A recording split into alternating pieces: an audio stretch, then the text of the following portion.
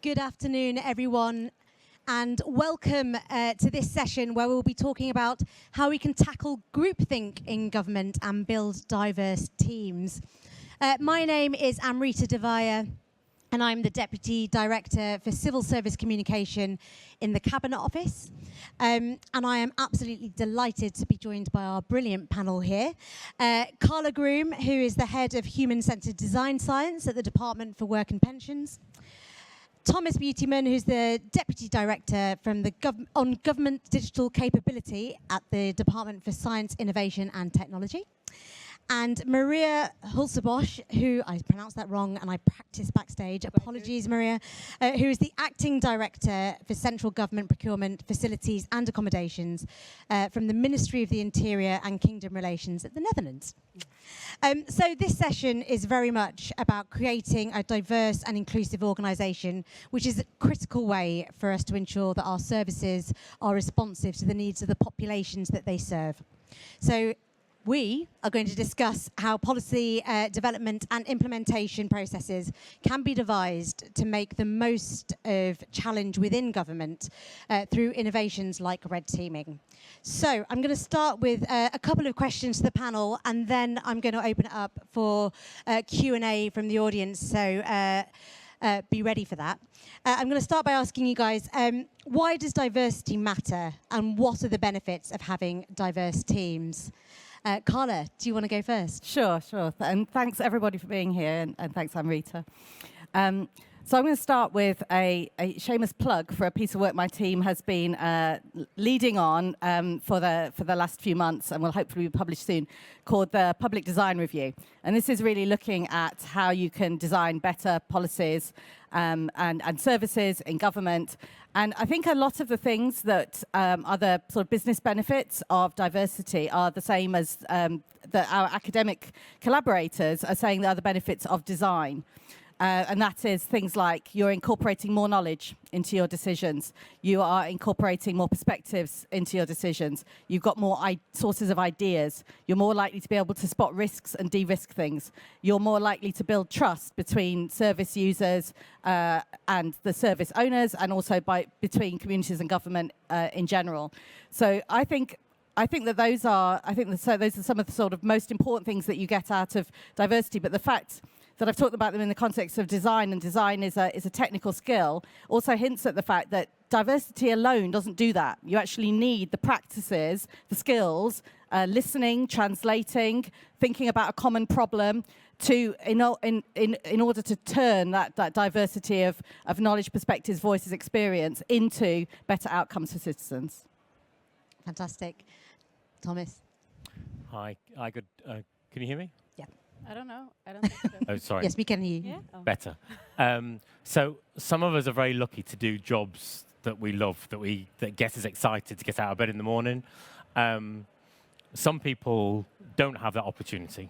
For those of us that do, the work we do now and what we know matters.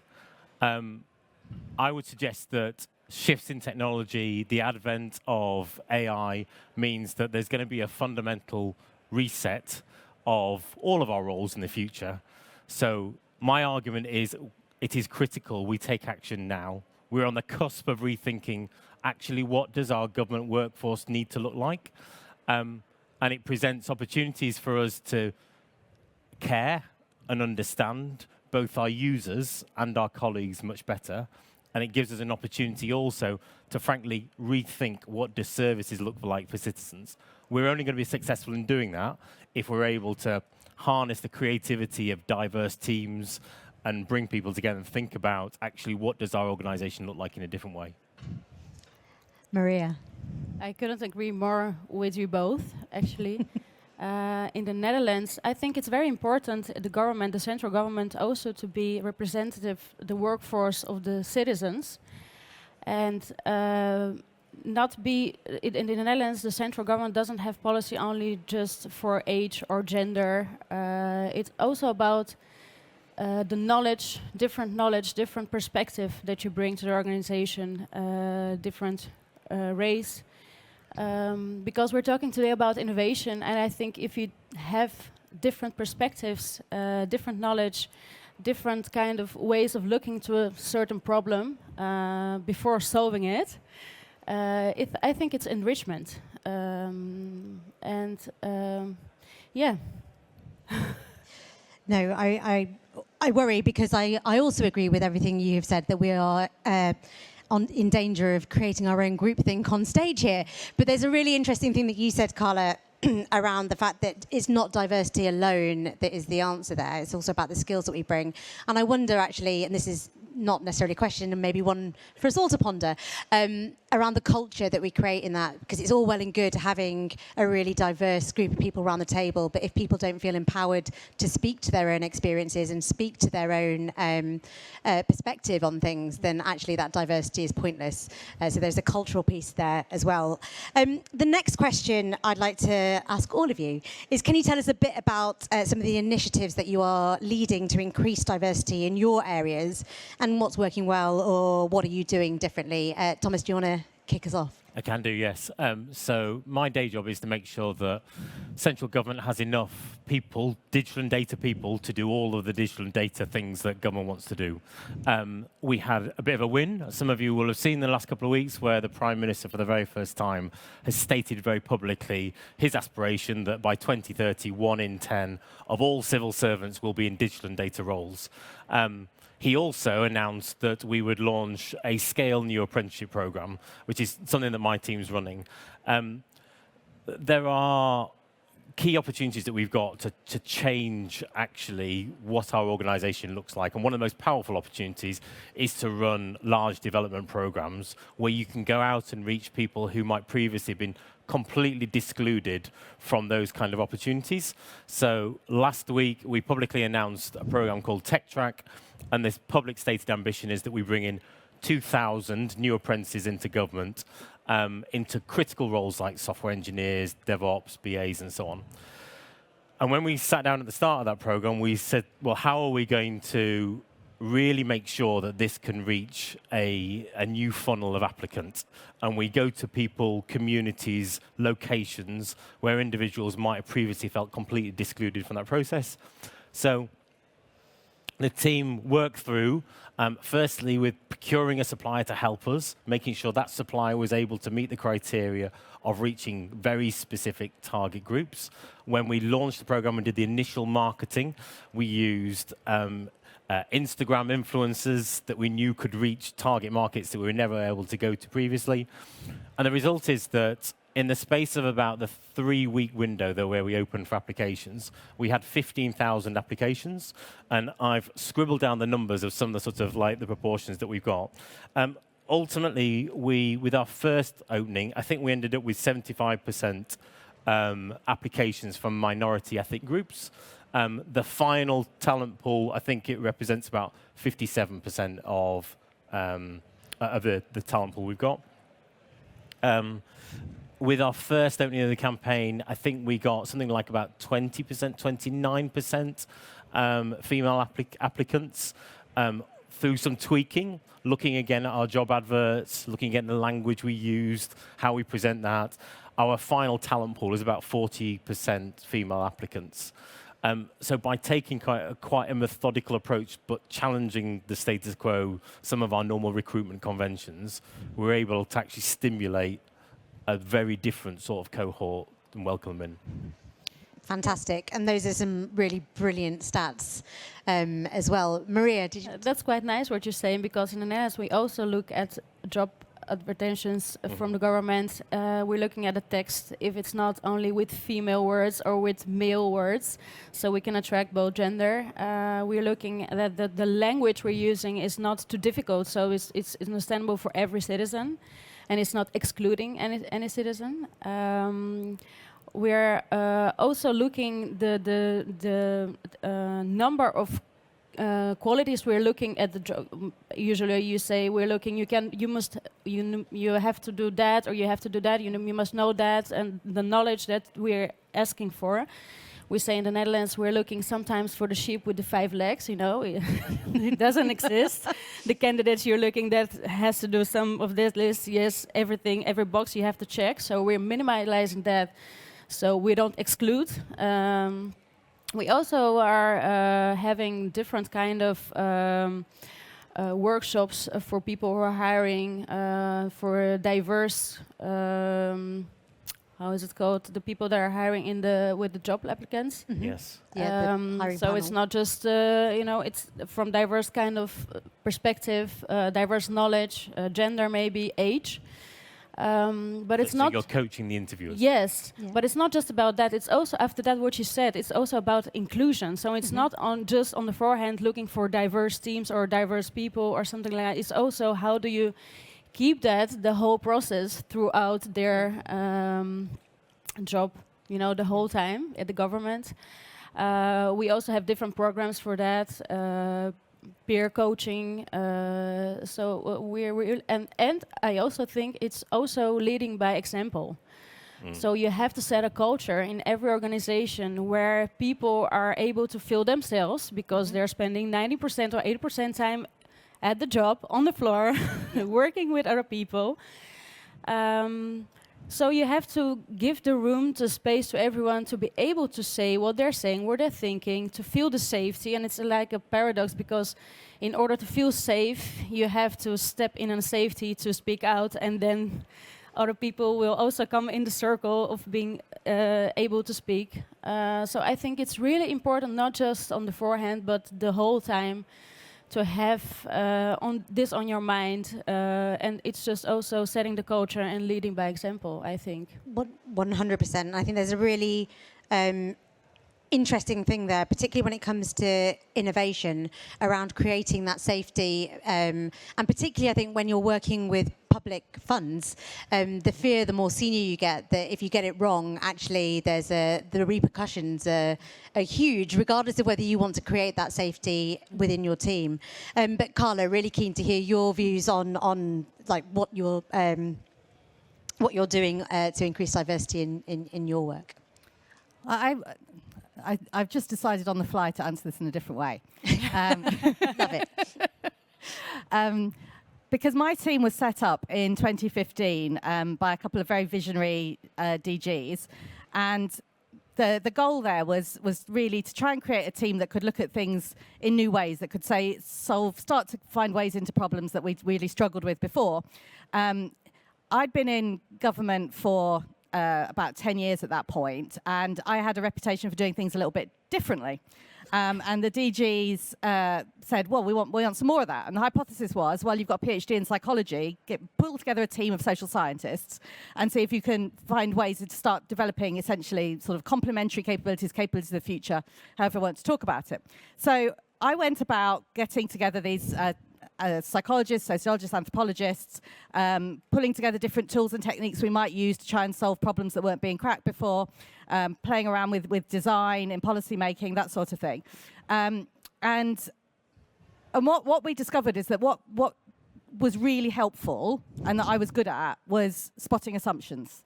And we oriented our team around the problem statement that DWP, my department, sometimes makes decisions based on assumptions about people that aren't true. So this was really about bringing together these social scientists to do some assumption busting, looking at the way we make decisions. And in recruiting people, I thought, well, I'd better not have a recruitment method that I couldn't get through. Because if we want to have people who can do what I do, and I really struggle with interviews, then we probably should try and make it as accessible as possible. And we played around with different ways of really reducing the game playing that I found so hard about interviews. A year later, I discovered I was autistic. And also discovered that the people in my team who were really able to do this thing that was really highly valued had some form of neurodiversity. So the things that we were pioneering in my team in terms of recruitment to bring in the people who were really good at this, thinking differently about stuff, and especially busting assumptions, this was actually turned into an initiative about increasing neurodiversity and diversity of perspectives in the department, and then working out how do you harness that and give people a voice in decision making. So there is a whole bunch of initiatives, I'm not going to run through them all now, that have helped to make that recruitment effective. The one that I'm most proud of and that is being taken up most widely is giving questions in advance by default to all candidates. Because people in my team, me, we didn't know we had neurodiverse conditions, and we were being excluded by traditional civil service recruitment processes that required an ability to kind of play the game, to use language in what you might call an instrumental way instead of an informational way. So if somebody asks me a question, I answer it directly. I'm doing it now. I'm not kind of going, oh, well, I want to kind of take that example that I've got here and squish it into this set of competencies over here. So in my team, we just say, give us your best example of this list of stuff. We also have interviews that are longer to overcome any kind of confusion and to really dig deep and listen into how people are doing things. And then there's a whole bunch of things that I can also talk about that we find helpful in making for an interview process where people who come at this from not just from a neurodiverse perspective, but people maybe who've come from different cultures, different class backgrounds, who just find that much more straightforward. Okay, this is what you're looking for. What's my best example? Tell us more about how you did this. And, oh, if you forget something or you need to come back later with another point that you want to make, that's fine, because taxpayer doesn't really care about whether you're good at interviews. They care about whether you're good at the job. So those are now some initiatives that are being taken up across my department, but also across government. And I think that wasn't something we set out to do when we created my team, but it's some of the stuff I'm most proud of. And thank you. I think for those of us who have struggled through civil service interviews, very grateful to just be asked a question that you can then answer. Talking about questions, moving on. The next question, again, for all of you, I'd like to ask is, how can government bodies convert diversity into better policies and services? So we've talked about some of the things that you're doing in your areas, but yeah, really keen to hear what practices you think can help realise the benefits of diversity and prevent that groupthink.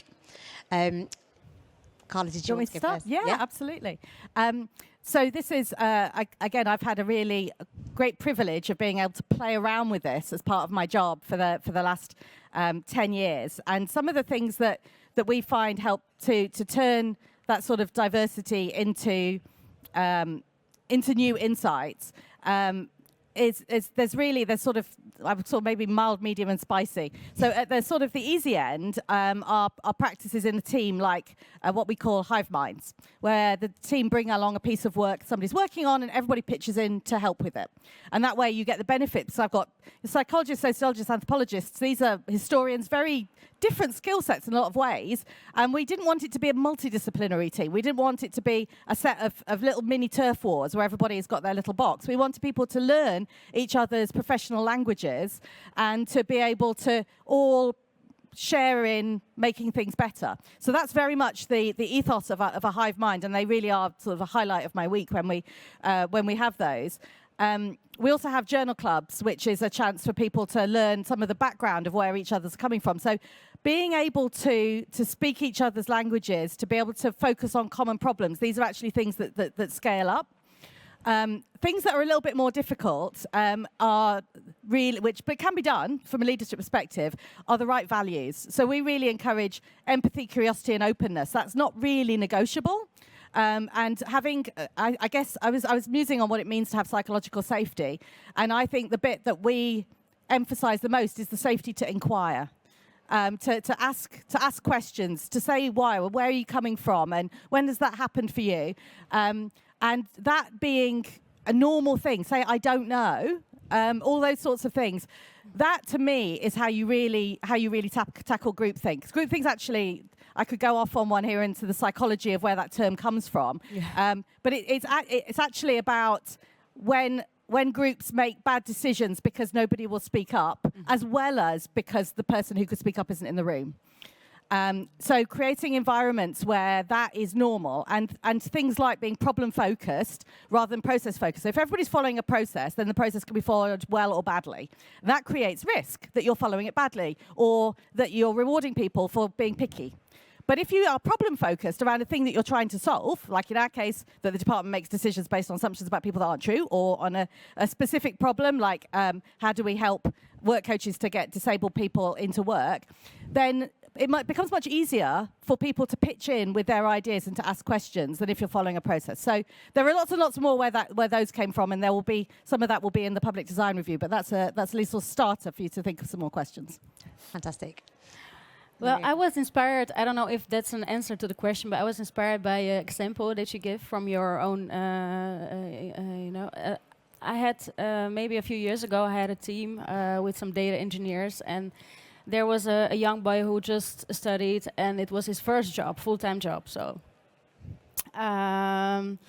And there was another co-worker. He was in the late 60s. He could have pension, but he didn't want to because he was really driven for the data engineering at our department. So I thought it may be very good to learn to speak the same language because he has a lot of experience, and the other boy, young man, it's not about young men, less experience, but maybe more open-minded because less experience in the government. So I said, you two, you're his mentor, the older one, you go together and you work one day together as a team at some place. So maybe a week later, I asked the same question to both of them individually. How was it? So the young man said, it was fantastic.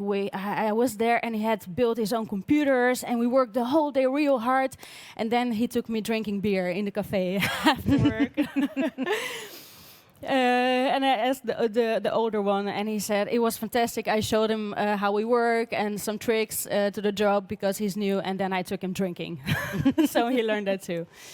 But it's about understanding and speaking each other's language, but also standing open for each other's point of view, where you're coming from, what you have to bring, the openness maybe from a younger person or maybe someone who has been working in another sector, not the government, and also the older ones who have a lot of experience. So I would agree with you. It's about assumptions. Everybody has assumptions, but opening for breaking them open. Because this morning, actually another example, in the opening speech, someone said, "I'm glad we have two women here standing with us at these positions." And there was a woman on this side standing with me, and we looked at each other, and we were like, "Yeah." And there was a man standing here, and he saw us, and he was like, "So what? Whatever." And I thought, why? My first question was, oh, that's really stupid. But then I was, no, my question should have been to him. We couldn't talk with each other. Why are you saying this? Why is this your reaction? Can you explain to me why are you saying this? Because I had an assumption. You found it stupid. But maybe he was saying that from another point of view. So it's every time, also for me, every time to remind myself to really ask questions and be open about people, and setting this also on the work floor. 100% curiosity and empathy. I mean, all the things that Carla just laid out, that openness to new ideas, that curiosity, asking why, and empathy for other people's experiences as well. Thomas, do you want to add anything to this? Yeah, I think I'm going to continue the theme of languages. And your original question, I think, was a bit about policy and government policy. Yeah. I'm going to go outside. So I'm really interested in digital inclusion, making sure that people who do not have access through lack of devices, skills, data, cannot engage with digital society. And I live in Sheffield. So a couple of weeks ago, I went to visit, so imagine main urban arterial road in Sheffield, rather unassuming building. I think it was a former carpet shop. There's a sign, quite a cheap sign over the sort of the doorway, reads something like about helping people to learn English. And I visited this organization called Learning for Life, and Learning for Life champion helping people, firstly, to learn and speak English, and then secondly, to give them digital skills. And I had the privilege to spend about a couple of hours with this organization, understanding how they work. And the way they're set up as a social enterprise. There's one woman, a remarkable woman called Hayley Nelson, who leads the organization. She runs a team of 50 volunteers, and she has on her books at any one stage about 350 students. She teases out funding to do all of the work that she does for lots of different tiny pockets of funding that she's sort of like, she hustles for, bits from government, bits from other places. when I went into, on this particularly Friday morning, it's about 10 o'clock on a Friday morning, there were 5 classrooms full of the most attentive learners you can possibly imagine. About 50% asylum seekers, 50% others. And then, what else can I tell you? So, these are people who had no other way to engage into kind of UK society, who wanted to work, who wanted to learn. As I was leaving, there was a group of elder Hong Kong migrants. So these are people that have come over the last couple of years from Hong Kong, typically sort of the oldest person in their family. They've come with their young families, and they want to engage, but they're unable to engage in UK society because they don't have the language. So there's a club, there's a place they can come, learn to speak a bit of English. They take them to the local supermarket to teach them how to use a digital checkout. The reason I suppose I share this example is this organisation happens on the basis of 2 things. It happens on the basis of one single woman called Hayley Nelson, who has the gumption, the resourcefulness to make it happen and tease things out. But the second reason it happens is because of diversity. So the people that come through this organisation end up also being, the volunteers. They bring lots of different skill sets. Some people hadn't been out of the house until they found this organisation. Some people have, and there's lots of different languages. The person now manning the front desk, hadn't had a job until this stage in the UK, until he'd been through this organisation. And what they managed to, I think, really exemplify is something, some of you might be familiar with the work of a woman called Hilary Cottam, who's written a lot about relational government. So not transactional, but figuring out how government can exist through relationships, through caring about people, to bring people together. And what Hayley demonstrated outside of government for me was actually all the ways that kind of community and groups can come together. And I think there's lots of learning in the context of both government policy and also, I suppose, diversity. No, fascinating story, and Hayley sounds incredible, and I love that idea of creating belonging through community as well. At this point, I am going to open up to questions from the audience. Do we have, oh my God, we've got loads. There's a microphone just there, so please tell us who you are and ask your question. Okay, so my name is Ronald. I work for the DWP as a work coach, so nice to meet you, Carla. I could definitely, to answer the question, I think diversity is not just about what you see, it's about what you don't see as well. 100%. So in the department, we have a range of different work coaches. So we have colleagues that work in job centres, in community hubs. There are, I believe, plans to potentially put it in other buildings as well.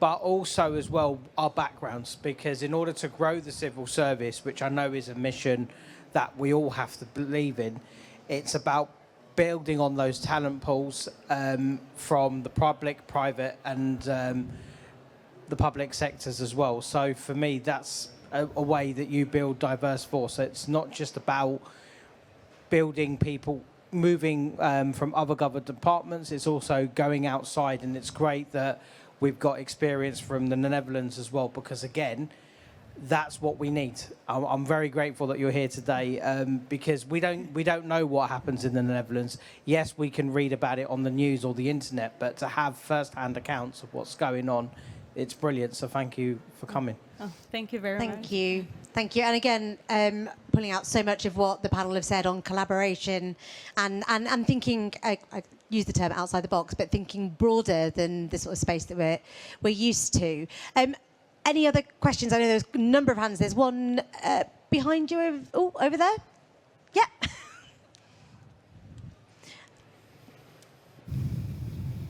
H. Patel, DWP. You know me, Carla.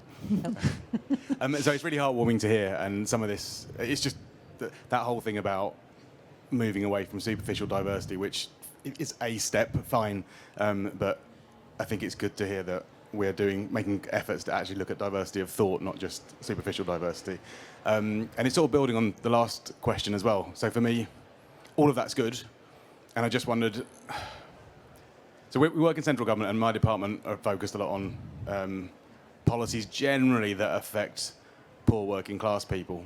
And then you look at the people who are in government who are taking the decisions, and the people who are helping those people take those decisions, and it's hard to see the voices in the room reflecting the people who are affected by those policies. So all of everything you said there is really good, and I'm just interested in how that, particularly that sort of poor working class kind of, and it speaks to the other question before about how do you get that in the room? Because until those people can be employed by the department, that's going to be hard. And so I just wondered if you had any views or thoughts about how we might do that. And I know some individual projects have had kind of sort of collective group set up in order to support the sort of what you would probably call the design process now, or policy making process. But interested in your experiences or thoughts or ideas or things that you still get frustrated about. Thank you very much. So if I sort of distill that, I think, and tell me if I'm wrong, but from what I'm understanding, the question is very much what changes can we make? This is such a huge question, I think, about getting the right people in the room. So I think there's a layer in there on privilege. There's a layer in there on that diversity and making sure that we're recruiting the right people at the right grades as well, I think. So it's quite a big question. Like, how do we change that culture within the organisation to make sure that we don't end up with a really diverse... Sorry, one second. I'm going to quote the brilliant Bernadette Thompson, who many of you might have met. She was working in the civil service for years. She described the civil service as a pint of Guinness, and take from that what you will, but that you have a huge amount of diversity at the lower grades and a huge amount of different experiences from where you've come from, your education background, etc. But as you get further up the organisation, actually, it is a very similar type of person who makes it into that senior echelon.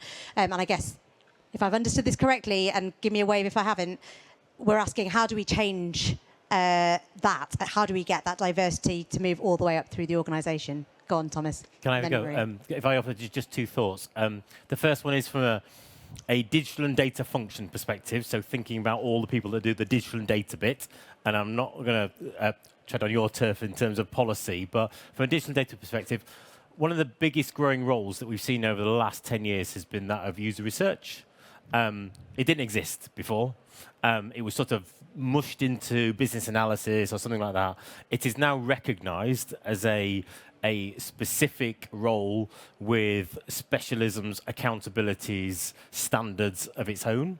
The role has grown at a phenomenal rate, and we now have people who are now charged with codifying, understanding, getting to the heart of what users are really about, and thinking about things like how they tackle what we call seldom heard voices. So genuinely seeking out those people who might not ordinarily be recognised and identified. And then the other point I was going to make was just, I think what I referenced at the start was this change that's happening now, and in terms of the overall workforce, where actually we're all going to have to examine the work that we do and how our knowledge is recognised. And there is going to be a change, and that change with the advent of new technologies is going to mean a shift in hierarchy. It's going to shift in power. Where is the power? Where's the intelligence? Where's the insight? How do decisions get made? So I think part of the opportunity looking forward is to redefine how these decisions and how actually we develop policy and then deliver policy. Yeah, I love that. Miriam, do you want to come in? Yeah, well, I think on the question, I think we have different initiatives, as I said, about vacancies, the text, and we try not to make it more about the skills, and then what I said, not 100 of the skills, but just a bunch, like a little number of the skills, and not set education as a how do you say that? As a limitation, because not only if you have university or something, we have something else under university. I have to look at my colleague. I don't know how it's called in English if you do.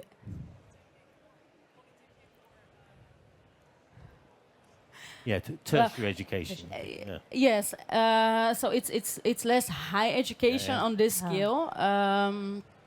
We also have different initiatives, pilots that we call for different kind of all the classes in the government that work for us to think about maybe our collective CAO.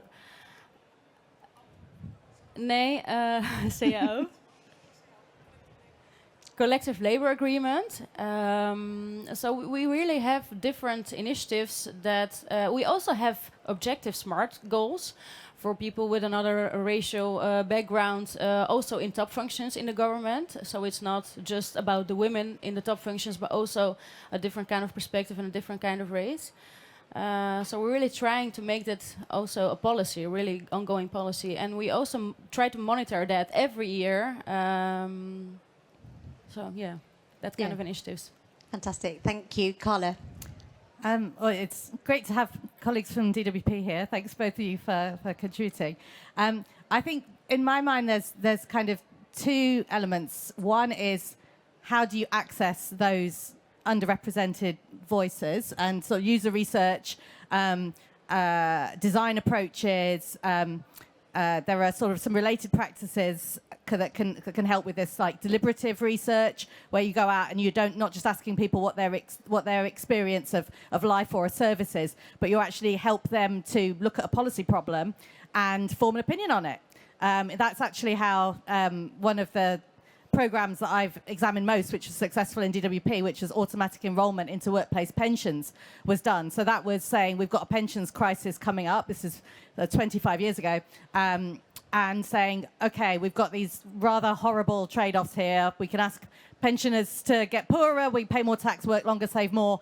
What do we do? And we actually brought in, this is before social media, so it was hard work, brought in ordinary people, took them through these challenges, and they realized, OK, there isn't a silver bullet here, but that we think that the least worst things are work longer, save more. So there are a bunch of sort of technical ways of getting those voices included in policy making. I think there's also sort of habits of mind. So I think this is a sort of cultural piece that you're hinting at, Amrita.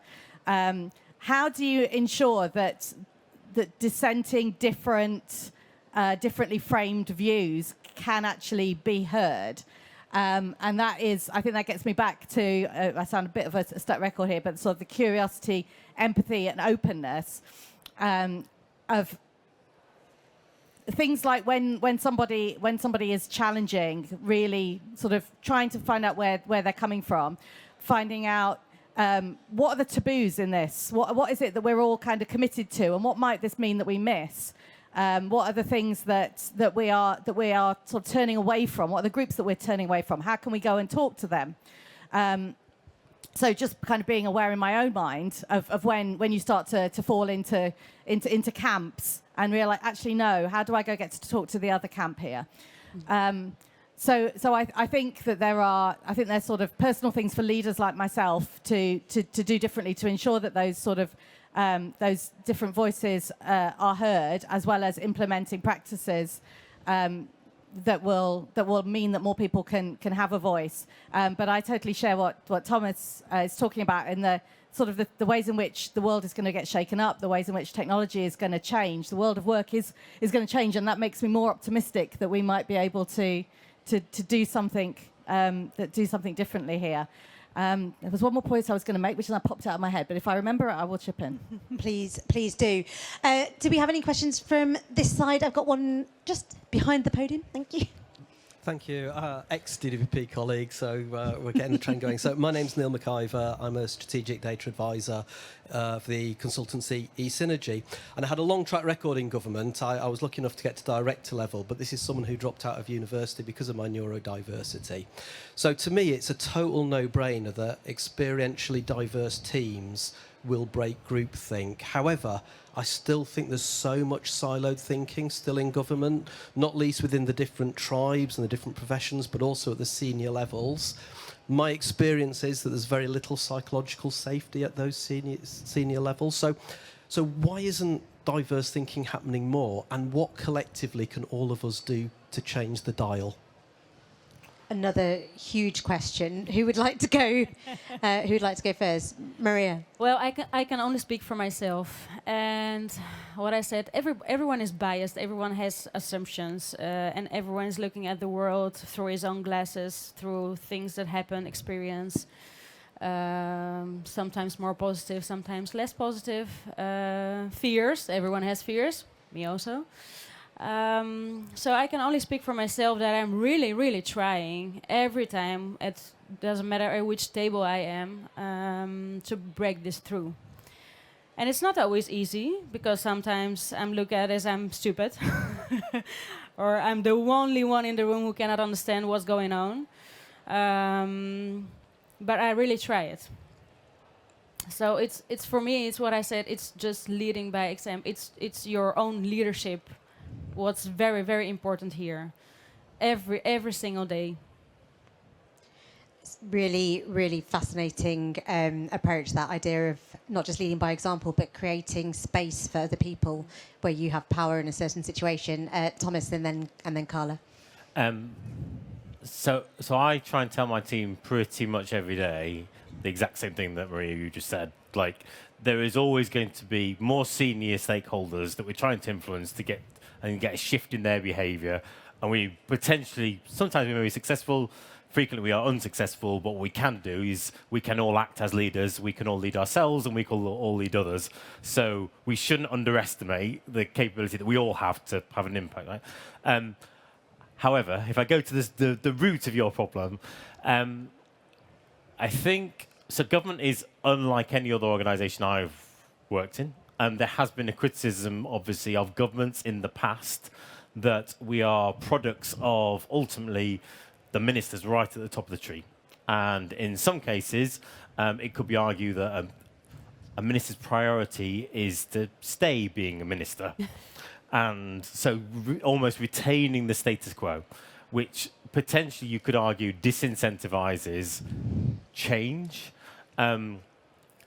My hope is that when there is greater stability in a government, there is actually more opportunity to give those most senior decision makers actually greater scope to organise their organisation in a way that they believe is going to be the most positive, most sustainable structure. Now, that is to be seen. There's lots of sort of power dynamics that we need to work through there, but I hope I can reassure you that, like, many of my peers and many of those colleagues you will have worked with previously, I think share the same ambition. And actually, we think that working really collectively, we can both shift the behaviour directly, but also shift behaviour upwards and outwards as well. Yeah. I'm trying to think what I can add to what those two brilliant answers have been. First is, I'm going to say the thing that I forgot. Go for that's it. all right. Which is an initiative that my team's been working on to try and incorporate those diverse voices into policymaking. So basically, DWP has an enormous operational arm, of which we have a colleague here. And sometimes those operational people move into policy making, which you think absolutely brilliant. We get to have that expertise inside policy making, and hopefully that means that we have better ideas, better insight, less likely to say things aren't going to work when it actually lands in the real world, in the job centre. And we sort of noticed that some of our colleagues sort of didn't necessarily feel like they were able to express that they either didn't feel they're able to say what they knew from their past in their job centre days, or they couldn't find the language for it. So I've actually got an ex-work coach in my team who happens to also be a psychologist. So I'm really, really lucky. I found the needle in the haystack. And she's been leading something called an operational hive mind in policy. So that is a community of people who are both looking at the ongoing problems, sort of challenges, policy things we're doing, and what operational perspectives could bring to bear on them, but also looking at meta level of what is the journey by which people come from operations into policy making, and what are the cultural barriers and things that lead to, oh, no, now you need to put your policy brain on. What does that even mean? What does it? Is it that the language isn't right for a minister? Okay, we can learn how to put that in the language that works. But is it sometimes that actually you're deeming inadmissible some of the practical difficulties that are actually very real, which is the whole point with it, that it's useful to have operational people in policy making. So I think sort of creating spaces like that to say, where people from the outside are starting to come to the inside and then say, what is your experience of that? And you could do that at levels as well. So as you start to go up a level, okay, well, what is it that you feel like you're being converted into as you're sort of going native? And same with adoptive sort of development programs. I think that process of being socialized into a new group there's so much richness there. Now, nobody can socialize me into a group because I'm autistic and I'm a pain in the neck. So I can sort of spot some of those things, but I think that process is something that we can make a lot more. We can make a lot more of it. I also wanted to sort of share. I was thinking about was I going to sort of tell this story or not? But actually, it's really important for leaders to set an example. So I'm going to try and set one now. Is how to respond to criticism.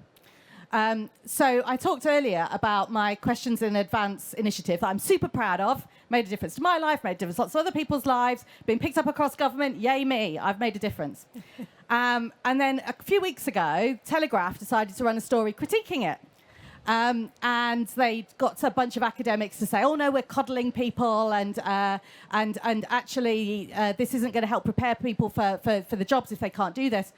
And my first reaction was, well, I've got evidence this is helpful, so I'm done here. I'm on the right side.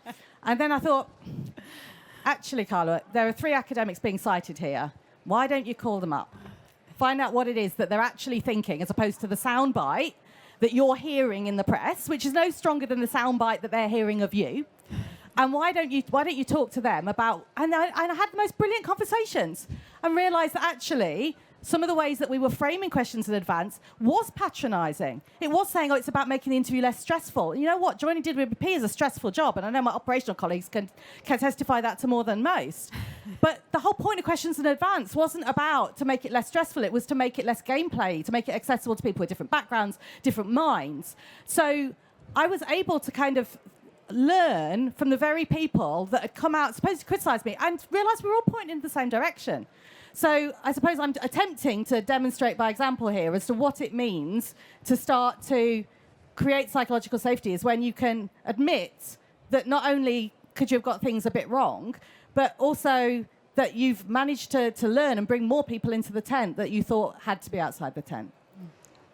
Fascinating example, and thank you so much for sharing. There's a really interesting thing, I think, that sort of sits alongside all of this, which is appetite for failure, fear of failure, and actually where, as an organisation, and I guess this is the habits of mind thing that you raised earlier, Carla, like, where do we accept that failure can also be a success, or getting it wrong can be a success, and just because we've put a certain amount of advice up to a minister where we've said this is how this project's going to run and it's going to demonstrate these things and this is what success looks like, and it doesn't happen like that we don't necessarily ever go, actually, that all went really wrong.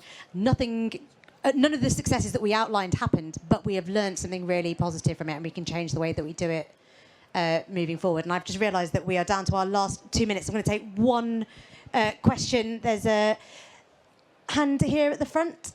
There's a microphone coming round. Brilliant suit, by the way. I love it. I'm also from DWP as well.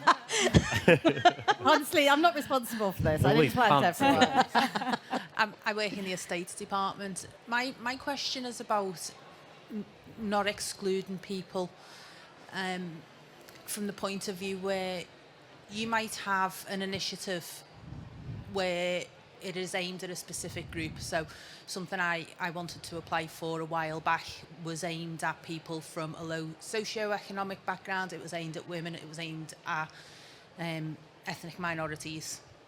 By including those 3 groups, automatically you've excluded other groups. So what are we doing to make sure that that isn't the case, that we are including everyone?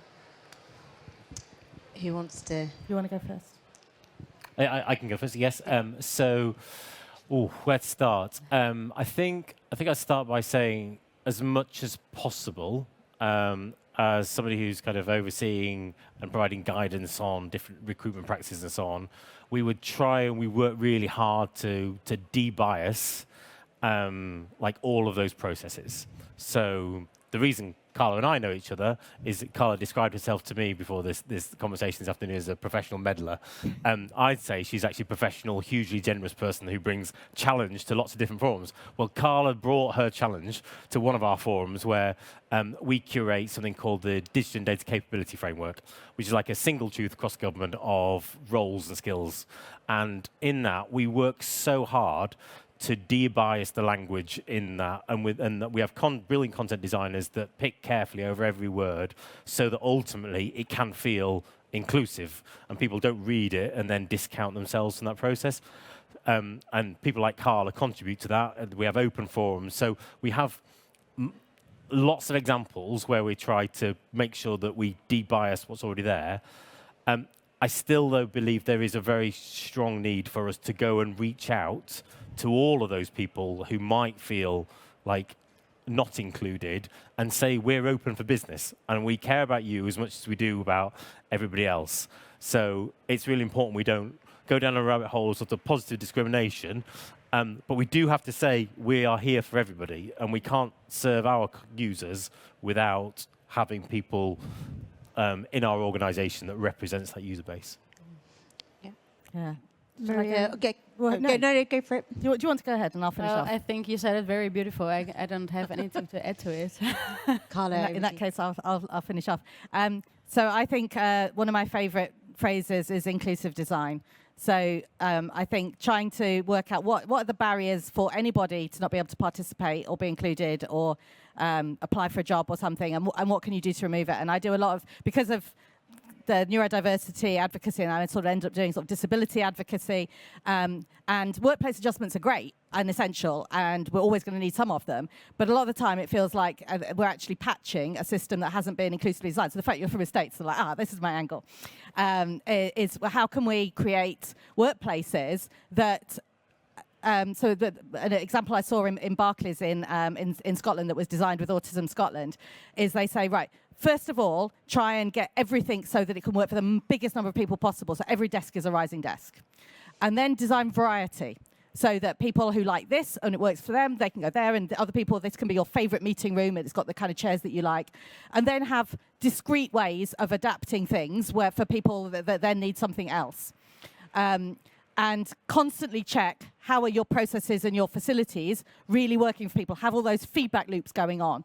So I think that can apply outside of estates, but I think estates is a really good place to start. So it's not just, okay, well, we know we've got these groups, have some representative of these groups, look at our design decisions. Do you see any problems with that? Are we excluding anyone? Okay, no, fine. That's actually not enough. You need to think about how to broaden it out and then have constant feedback loops to see where you are designing in accidentally excluding people and have the ability to adapt as you go along. Fantastic. And on that note, we're coming to the end of our session. Thank you all for joining us today. I've got 3 things that I would take away from this session. Apologies if they're not the same as yours, but number one, when we're talking about diversity and inclusion, we should look at the whole career journey, not just about getting people in through the door. The empathy, curiosity, and openness are so important to make sure that we're really aware of when we're making bad choices, and that we are asking the question why, and that we all have a responsibility to think about what we can do with the power that we have in a space to make it more equitable and more inclusive. So thank you very much to our wonderful panel. Thank you to all of you and your brilliant questions, and enjoy the rest of the afternoon.